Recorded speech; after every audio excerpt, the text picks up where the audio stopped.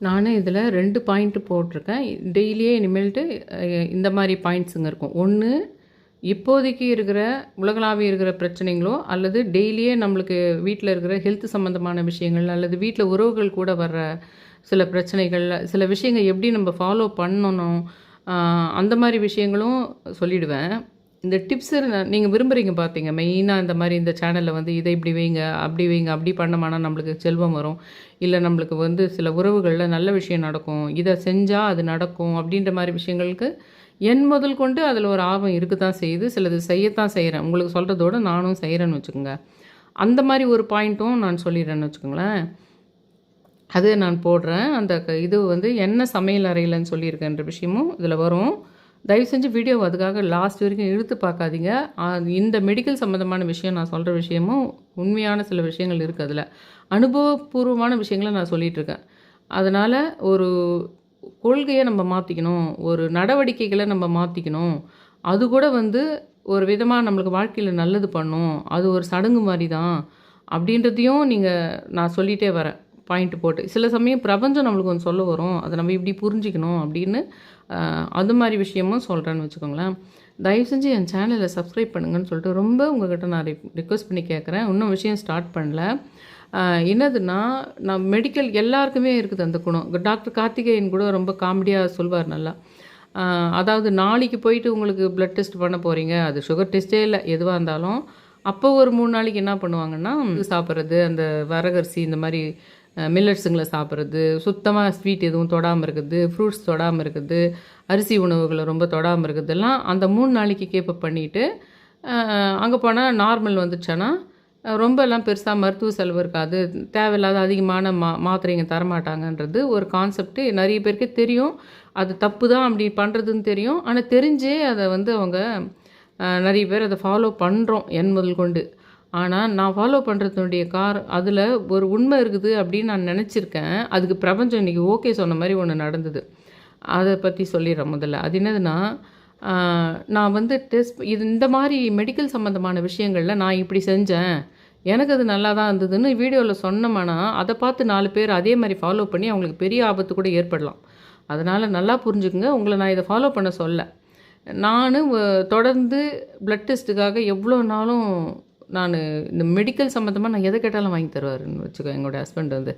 அந்த மாதிரி வந்து அந்த டெஸ்ட் பண்ணுற அந்த ஸ்டிப்பு வந்து காஸ்ட்லி. அது வந்து திடீர்னு எனக்கு தோணிச்சா நான் ஒரு ரிசர்ச் மாதிரி டெய்லி பண்ணுவேன். காலையில் சாயந்தரம் கூட பண்ணுவேன். காலையில் ஒன்று சாப்பிட்டுட்டு மறுபடியும் கூட டெஸ்ட் பண்ணி பார்ப்பேன். அந்த மாதிரிலாம் பண்ணுற ஆள் நான். அதனால் நான் என்ன பண்ணேன்னா, நிறைய வேலை செஞ்சுட்டு வீட்டு ஃபுல்லாக இப்போ ரெனோவேஷன் வேலை இருக்கிறதுனால பண்ணிகிட்ருக்கேன்.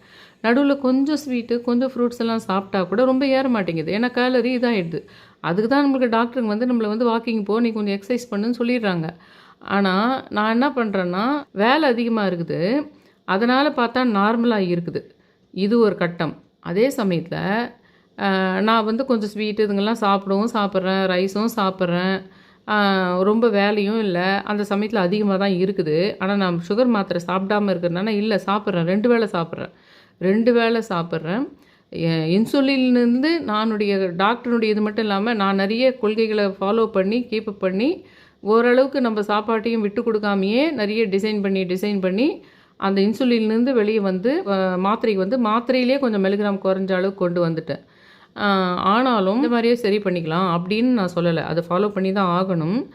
ஆனால் இன்னொரு மெத்தடு ஃபாலோ பண்ணி இந்த சுத்தமாக எனக்கு ப்ரெஷரே இல்லாமல் போயிடுச்சு. இந்த சுகர் வரும்போதே கூட ப்ரெஷர் வரும். அந்த மாதிரி வந்தது.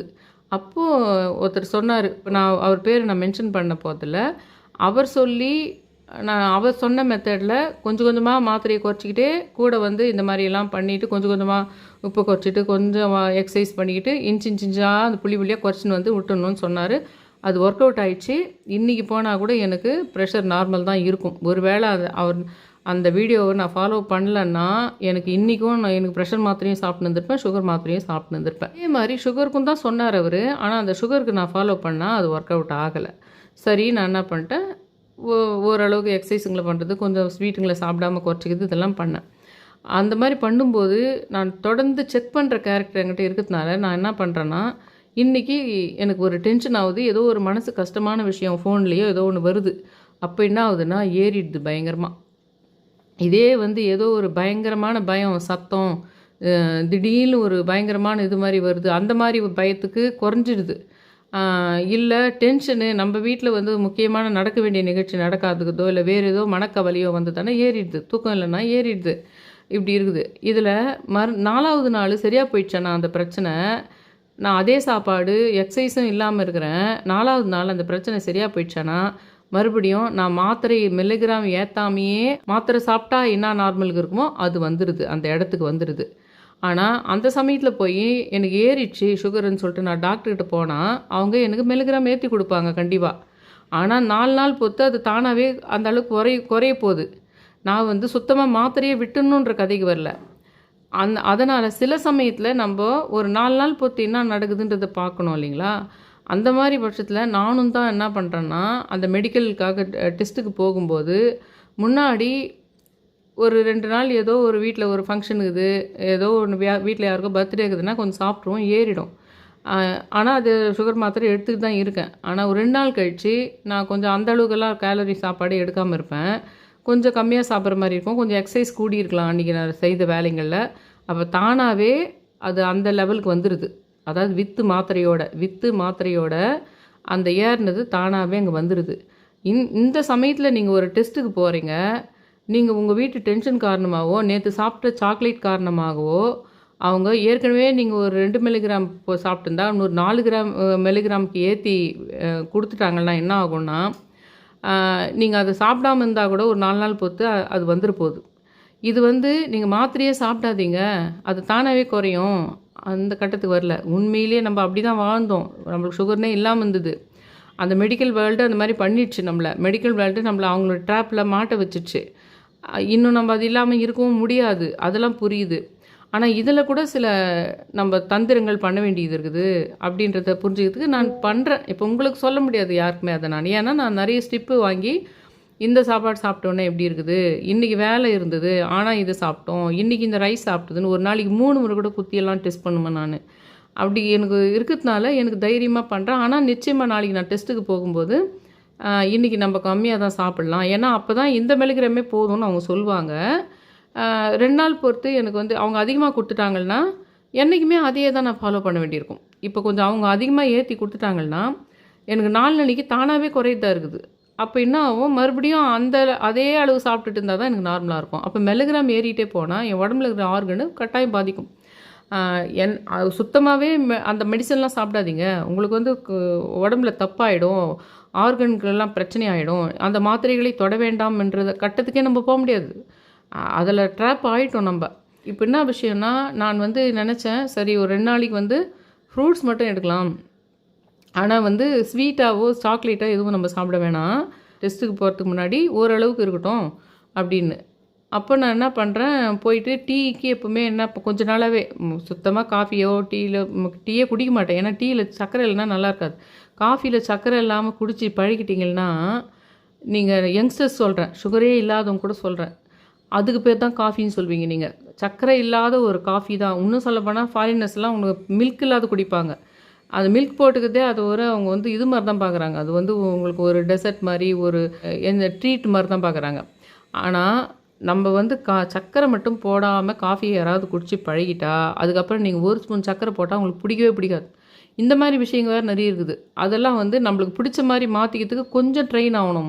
முதல்ல கொஞ்சம் நம்ம அதில் ட்ரெயின் ஆகணும்.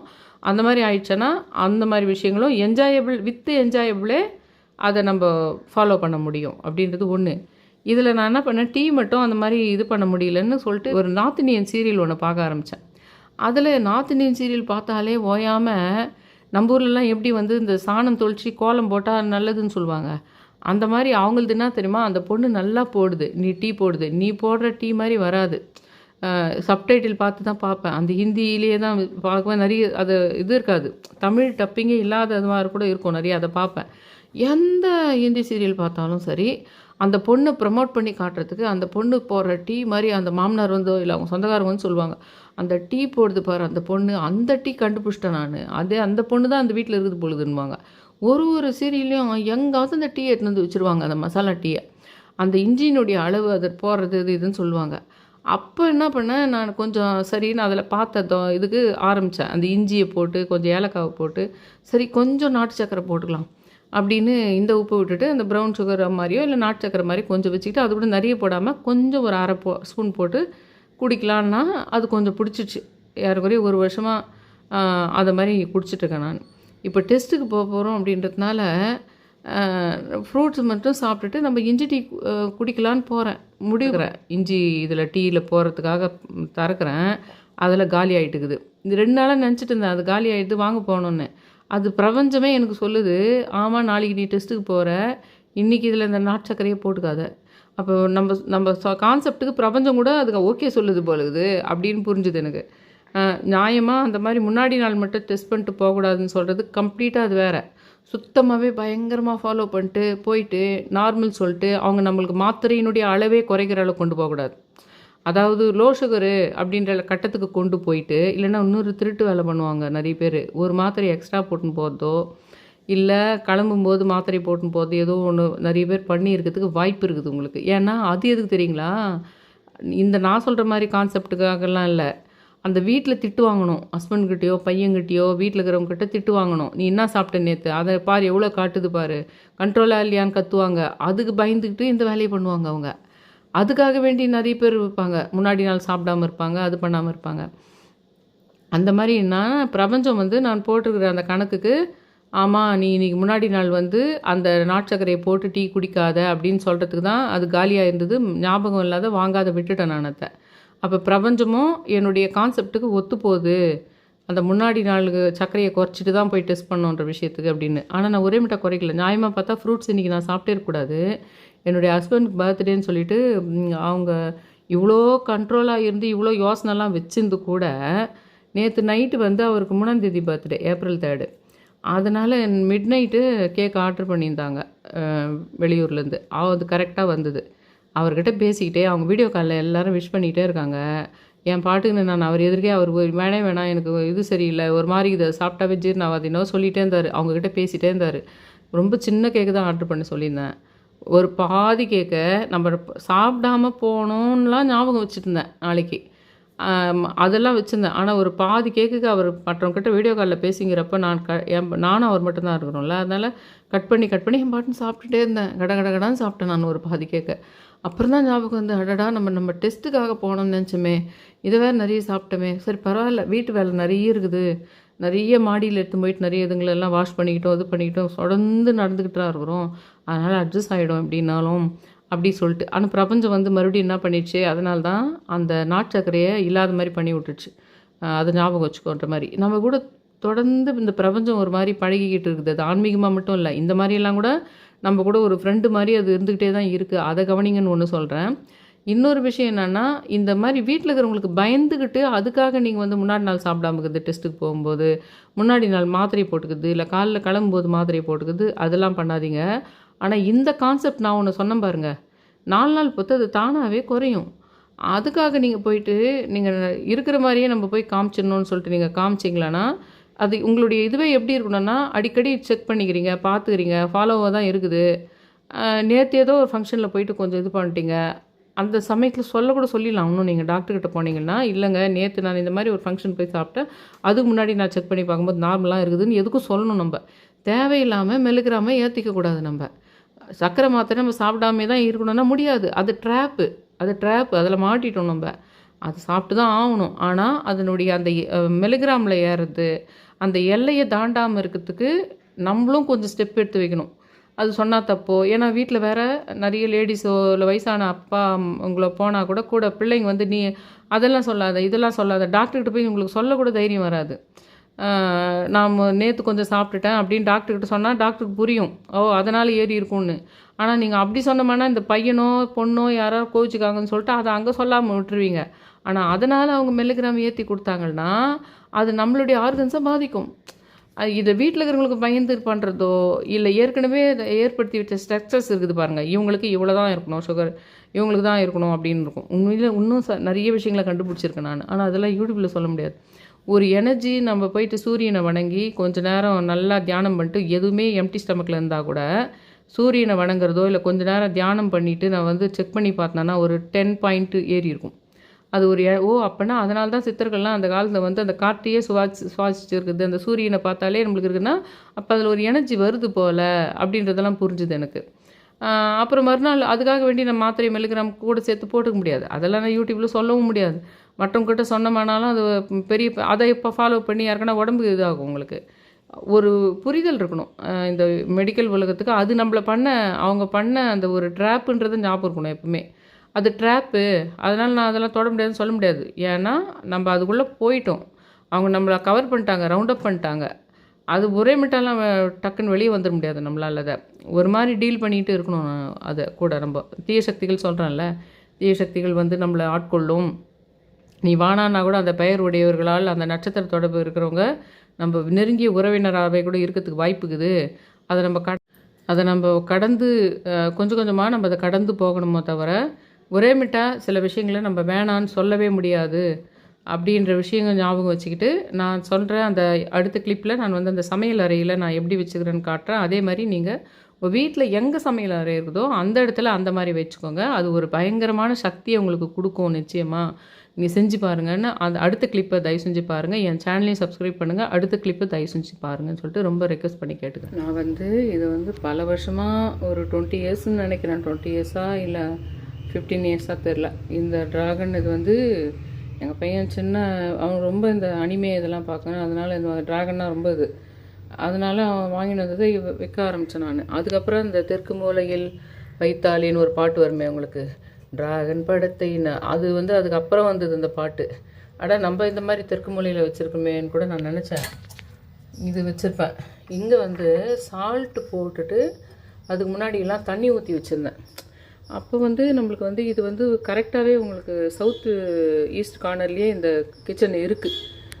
நான் சொல்கிறது வந்து உங்கள் வீட்டில் எங்கே கிச்சன் இருந்தாலும் அதனுடைய சவுத் ஈஸ்ட் கார்னரில் இதை வைக்க சொல்கிறேன். இது நான் வந்து கரெக்டாக எங்களுக்கு சவுத் ஈஸ்ட் இதுலேயே கிச்சன் இருக்குது. இதில் தண்ணி ஊற்றி வைப்பேன் அதுக்கு முன்னாடி. இப்போ தான் வந்து வேணாம், இந்த இடத்துல வந்து நம்மளுக்கு நெருப்பு காணுது, இந்த இடத்துல தண்ணி ஊற்றி இதில் வைக்க வேணான்னு சொல்லிட்டு தான் இதுக்கு வேறு ஒரு பிரபஞ்சமாக தான் எனக்கு இண்டிகேட் பண்ணிச்சு இந்த விஷயத்தை. இந்த சால்ட் இதில் வச்சு இதில் ஒரு குட்டி பிள்ளையார் நிறைய நம்மக்கிட்ட இருக்கும். இந்த மாதிரி இப்போ குட்டி குட்டி பிள்ளையாரோ பெரிய பிள்ளையாரோ ஏதோ ஒன்று சிலைங்க நிறைய எப்படியோ ஒன்று நம்மக்கிட்ட இருக்கும், இல்லை வேணா வாங்கிக்கலாம்னு வச்சுக்கோங்களேன். அதை நான் இதில் வச்சு இப்படி கிழக்கு பார்த்த மாதிரியோ இல்லை இப்படி வடக்கு பார்த்த மாதிரியோ இப்படி வச்சு அந்த ட்ராகன் இதுக்கு பக்கத்தில் இப்படி வச்சுட்டு, இது வந்து சுண்ணாம்பு, இது அழுக்காகுதுன்னு பார்க்காதீங்க, இது வருஷ கணக்காக வச்சுருக்கிற சுண்ணாம்பு யூஸ் பண்ணுறதில்ல. இதுலேயும் நான் தண்ணி ஊற்றி தான் வச்சுருந்தேன் முன்ன.